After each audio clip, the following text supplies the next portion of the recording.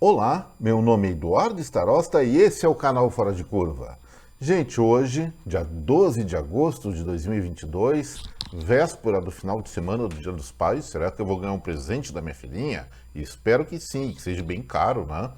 Mas sem brincadeira, hoje, sexta-feira, dia de relaxar. Então vamos logo para o nosso resumão semanal e depois vou comentar, fazer algumas crônicazinhas para tornar o nosso final de semana um pouco mais divertido. Bora então. Segunda-feira, pessoal, além do quadro que vem por aí, opa, esse fio tá incomodando aqui. Tô testando o microfone de lapela para ver se sai melhor do que captação direto para o computador. Alguém tiver crítica que estava melhor antes ou melhor agora, por favor, se pronuncie nos comentários. Mas na segunda-feira, eu, além do quadro que vem por aí, fiz uma rápida análise a respeito de quanto o diesel poderia estar custando ao consumidor aqui no Brasil se os critérios tradicionais da Petrobras fossem seguidos. Vamos lembrar o seguinte: o preço do petróleo caiu nas últimas semanas, assim como o dólar teve um forte recuo nas últimas semanas, fazendo com que o valor, pelo menos fixado pela metodologia da Petrobras do diesel, teria que estar um pouco mais abaixo do que está. E não é muito pouco não, é pelo menos 20%. Espero que essa queda de preços chegue logo para o mercado, porque o diesel, mais do que gasolina, mais do que etanol, é o principal combustível que move a economia brasileira, tanto na questão de transporte de cargas, como até no próprio funcionamento de vários equipamentos industriais. E na terça-feira, o destaque, como não poderia deixar de ser, foi a deflação brasileira histórica de 0,68%, segundo o Índice de Preços ao Consumidor Amplo, IPCA do BGA.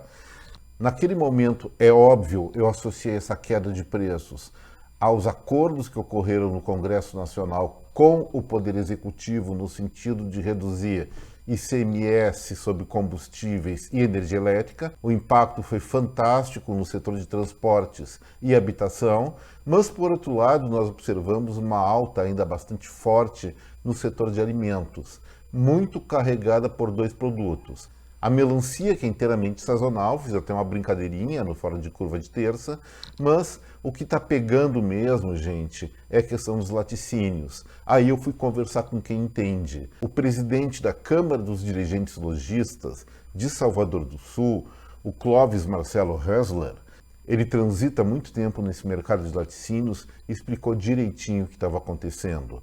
É a questão da alta global dos insumos, ou seja, a comida que a vaca come ficou muito cara. E além disso, nós tivemos aqui no sul e no sudeste grande dificuldade de reposição de pastos. Aqui na região sul, em função de uma estiagem, e no sudeste do país, por causa do excesso de chuvas. Então, simplesmente o custo da produção de leite aumentou, e aí vários pequenos agropecuaristas que normalmente produzem esse leite para entregar para as indústrias, para a cooperativa, resolveram dar uma parada na produção, a oferta diminuiu e o preço foi lá para cima. Isso aconteceu no primeiro trimestre. Segundo trimestre do ano, tradicionalmente a produção de leite no Brasil cai em função do inverno. A recuperação começa a acontecer a partir de julho, especialmente agosto. E nós já podemos verificar que nessas duas primeiras semanas do mês atual, agosto, o preço do leite longa-vida, que tanto subiu nos meses passados, já está bem mais barato nos supermercados. Eu já encontrei o produto nos supermercados hoje abaixo de R$ 5 e deve cair mais o preço ainda.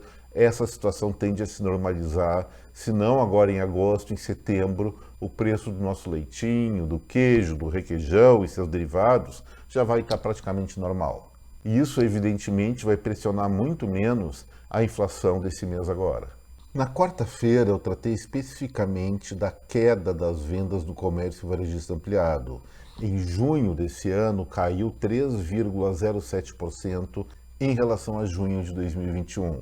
É um recuo bastante significativo, eu pessoalmente não esperava que fosse tanto e resolvi entrar mais no detalhe desse indicador. E aí ficou muito evidente o que está acontecendo.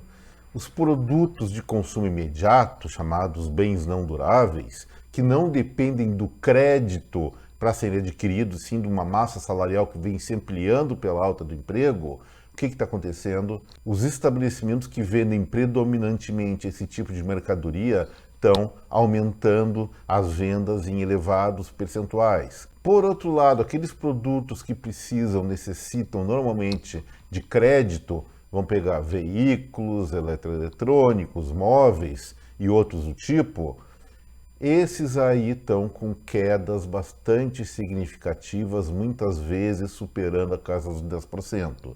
Por que está acontecendo isso? Pela elevação da taxa Selic e seu efeito natural de multiplicação no mercado financeiro. Em resumo, os juros estão muito altos, as pessoas estão preferindo, ao invés de comprar agora seu produto, seu bem durável, que custa mais caro, no crediário, ou economizar, aplicar no mercado financeiro que está rendendo um dinheirinho bom, ou então simplesmente adiar a compra até que os juros sejam mais razoáveis. Isso tem que acontecer logo, não é só o comércio varejista que está sendo prejudicado por juros elevados, mas construção civil, especialmente no que se refere a financiamento imobiliário, assim como grande parte do setor industrial que costuma financiar seu capital de giro até investimentos via mercado financeiro. E realmente a taxa de juros no Brasil está proibitiva. E uma outra coisa interessante sobre isso, já muito bem caracterizada aqui no Fora de Curva, é que a pressão inflacionária ela ocorre sobre aqueles produtos que não são vinculados ao financiamento. E a alta de juros faz reprimir exatamente a compra, a aquisição daqueles bens que necessitam de um crédito. Então, a meu ver, é uma medida sem muito sentido que vem sendo tomada pelo Banco Central e espero que o mais cedo possível eles revertam, a meu ver, o que se chama de uma política econômica equivocada. Mas se o custo financeiro realmente está prejudicando o melhor funcionamento do comércio e da produção industrial, na quinta-feira, gente, chegou os dados a respeito dos serviços e a situação, a realidade é bem diferente. Ainda bem que esse setor da economia representa ao redor de 70% da geração de riqueza do país. E são os serviços, sim, que estão alavancando o PIB brasileiro para cima, que vai fechar, segundo as minhas expectativas, acima de 2,5%. Os analistas de plantão, aos poucos, vão chegando nesse número, inclusive o pessoal que faz boletim Focus, que é o setor financeiro que dá seus pitacos lá para o Banco Central. Mas o que está acontecendo? O setor de serviços, agora em junho, cresceu 6,29% em relação a junho do ano passado.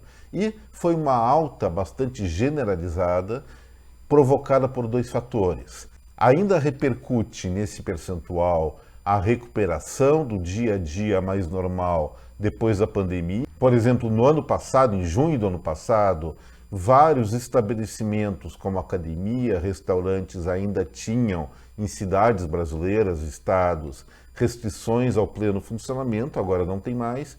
Esse é um ponto que alavancou, ou seja, recuperação da pandemia, mas por outro lado, também fica muito claro que o brasileiro está consumindo mais serviços em função do aumento da massa salarial no país, ou seja, o total de salários pagos que vem aumentando na onda do aumento do emprego. Simples assim, gente. Então, por conta do setor de serviços, eu posso afirmar, o primeiro semestre do PIB brasileiro vai fechar com uma alta bem mais elevada do que estavam prevendo.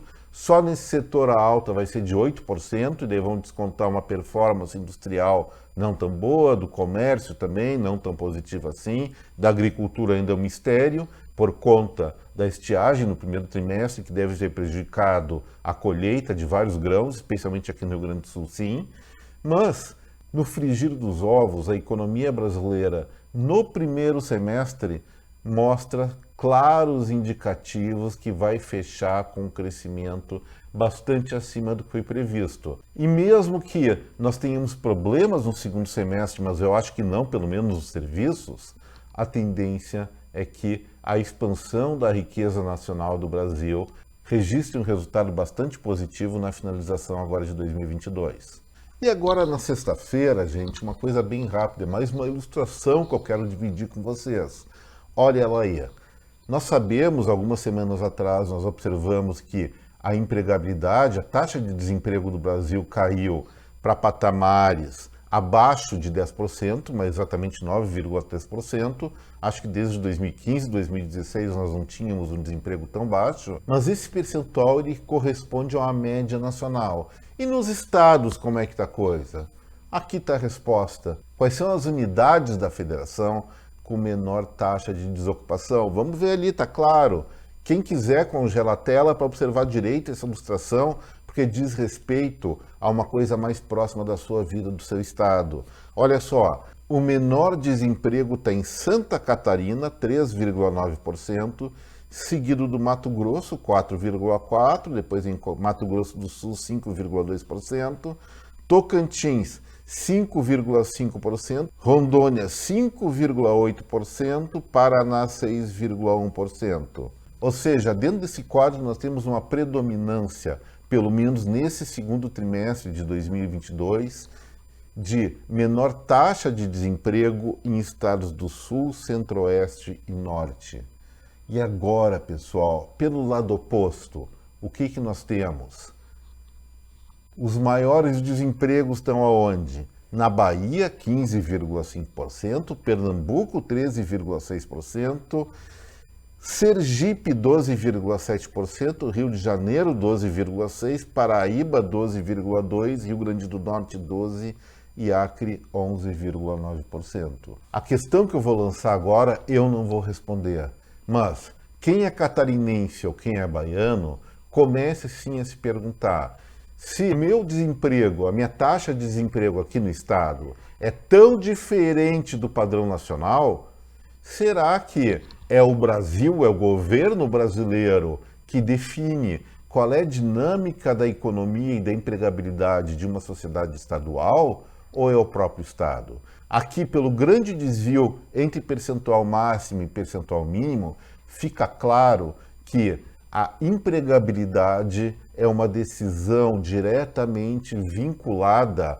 às decisões políticas, às decisões econômicas tomadas em cada um dos estados da federação. A meu ver, o governo federal, sim, ele tem o poder de impulsionar de uma maneira geral o crescimento ou reprimir até essa própria expansão da economia, conforme a circunstância, conforme a decisão, mas o diferencial, a vantagem ou desvantagem é dada pelas políticas estaduais. Seja um governo mais forte, mais centralizador, mais intervencionista, ou um governo mais liberal, mais, digamos assim, low profile em relação à questão da intervenção na economia. Então, olhem para o seu estado, vejam onde estão e comparem esse resultado com as demais unidades da federação. E eu estou dizendo, sim, analisem isso à luz da gestão política governamental do seu próprio estado, da sua unidade da federação. E, gente, agora preparando a finalização do Fora de Curva, nós sabemos que é sexta-feira, é dia de tomar umas e outras, para quem aprecia este hábito saudável em quantidades moderadas, mas não vamos exagerar demais. Existe um ditado aqui, pouco lisonjeiro, no Rio Grande do Sul, que uma certa parte do corpo de um bêbado não tem dono. Vocês devem imaginar o que é. Mas na Bolívia, gente, a coisa pode ser muito mais radical, muito mais pesada. Sabe o que aconteceu com um sujeito que tomou umas e outras a mais e apagou no meio da rua? Simplesmente a população da cidade dele, eu alto, o cara estava alto mesmo, viu o sujeito apagado lá, resolveu fazer uma oferenda para Deus da Terra, Pachamama, colocou o sujeito no caixão e deu cabo no sujeito. Que acorda de repente, no escurinho, pensando que estava na cama dele, mas o espaço lá estava meio apertado e percebeu que estava num lugar meio estranho. Fez uma força, se machucou, conseguiu sair do caixão e foi reclamar para a polícia. E a polícia falou que, em resposta à queixa dele, olha, não temos nada a fazer, porque aqui na Bolívia, corpo de bêbado não é que não tenha dono, pertence a Pachamama. Se cair na sarjeta de novo, vai repetir, vai direto para baixo da terra. Então, se não aqui no Brasil, pessoal, tomem cuidado contra abusos etíricos lá na Bolívia. O final pode ser trágico. Por favor, não façam besteira, especialmente lá. Mas aí, gente, Chinelagem não acontece só na América Latina e muito menos nos ambientes mais mundanos. Imagina um laboratório, um centro de pesquisa todo respeitado, lá na França, pertencente à Comissão Francesa de Energia Atômica. Tem um cientista lá chamado Etienne Klein que resolveu sair na frente de todos os cientistas. Ele argumentou que conseguiu uma imagem fantástica de uma estrela através daquele telescópio novo James Webb. E uma imagem bonita, uma estrela vermelha, bem redondinha, com uns toquezinhos de amarelo que pareciam algumas explosões solares. Ele explicou tudo direitinho no material dele. Só que daí foram investigar direitinho. Vocês sabem o que esse francês picareta fez? Essa aí tem que ir antes de acabar a história. Ele pegou um salame pela metade, fotografou o salame e disse que veio do James Webb. Moral da história: temos que duvidar também das teses científicas muito escandalosas, mas principalmente em questão de espaço, antes de olhar para o céu para ver se tem alguma coisa realmente, vamos cortar um salamezinho, fazer um aperitivo, que fica melhor assim do que transformar um embutido desses num objeto espacial. O que vocês acham? Segundo ele, o salame era a estrela próxima a Centauri, só para finalizar esse assunto. E agora, lembrando que nesse final de semana, domingo ao Dia dos Pais, um dos pleitos que eu tenho é que minha filha de 14 anos, a dona Nicole Starosta, deu um jeitinho nas suas unhas. Ela se apaixonou por unha comprida, mas só que está atingindo proporções um tanto quanto demasiadas para o meu gosto. Mas não sei se realmente eu devo reclamar. Sabe como é que é adolescente, né? A gente pede alguma coisa, a maior chance é levar um não só por teimosia, só por enfrentamento. E imagina se eu começo a encher o saco dela e ela resolve manter suas unhas crescendo. Ela vai entrar em contato com uma moça norte-americana, o nome dela é Diana Armstrong, que simplesmente parou de cortar as unhas há 15 anos. Sabe o que acabou acontecendo? A menor das garras dela tem 1,09 m e a maior 1,38 m. Imagina minha filhinha com um unhão desses. Eu não vou ter coragem de chegar perto, então não vou encher o saco dela. Recomendo, se vocês têm filhas adolescentes, não incomodem a respeito disso, porque essas meninas podem querer imitar essa tal de Diana Armstrong norte-americana. Total, juntando todas as unhas, ela tem simplesmente, olha só o dado, 13,06 metros de unha. Dá para combater isso? Acho que não dá. Eu desisto. E agora, partindo rapidamente para o reino animal, olha só o que aconteceu na Turquia. Lá eles têm um tipo de mel considerado alucinógeno. É um tal de mel de redondendro, não sei o que quer dizer isso, e está comprovado que ele dá um barato nas pessoas que consomem, mas não é só pessoas que consomem mel. Se vocês na infância tivessem a oportunidade de assistir o Urso Zé Colmeia, ele é muito louco por mel, assim como aquele ursinho Puff, que eu acho mais chato lá do Walt Disney. Todos eles gostam muito de mel. E o cara lá, o urso turco, achou uma colmeia de abelhas que produzem esse mel e não teve dúvida, subiu na árvore, deu-lhe uma tapada na árvore, derrubou a colmeia e desceu para se deliciar com a iguaria. Ele foi encontrado por pessoas. O que ele estava fazendo?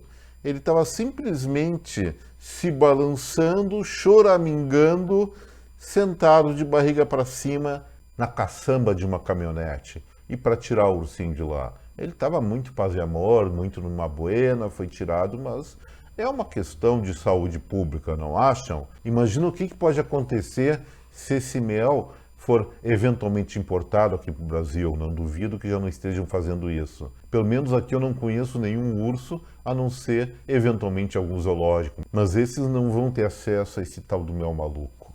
E agora, para finalizar o Fora de Curva, pessoal, uma questão de política comercial. Vale a pena vender geladeira para esquimó?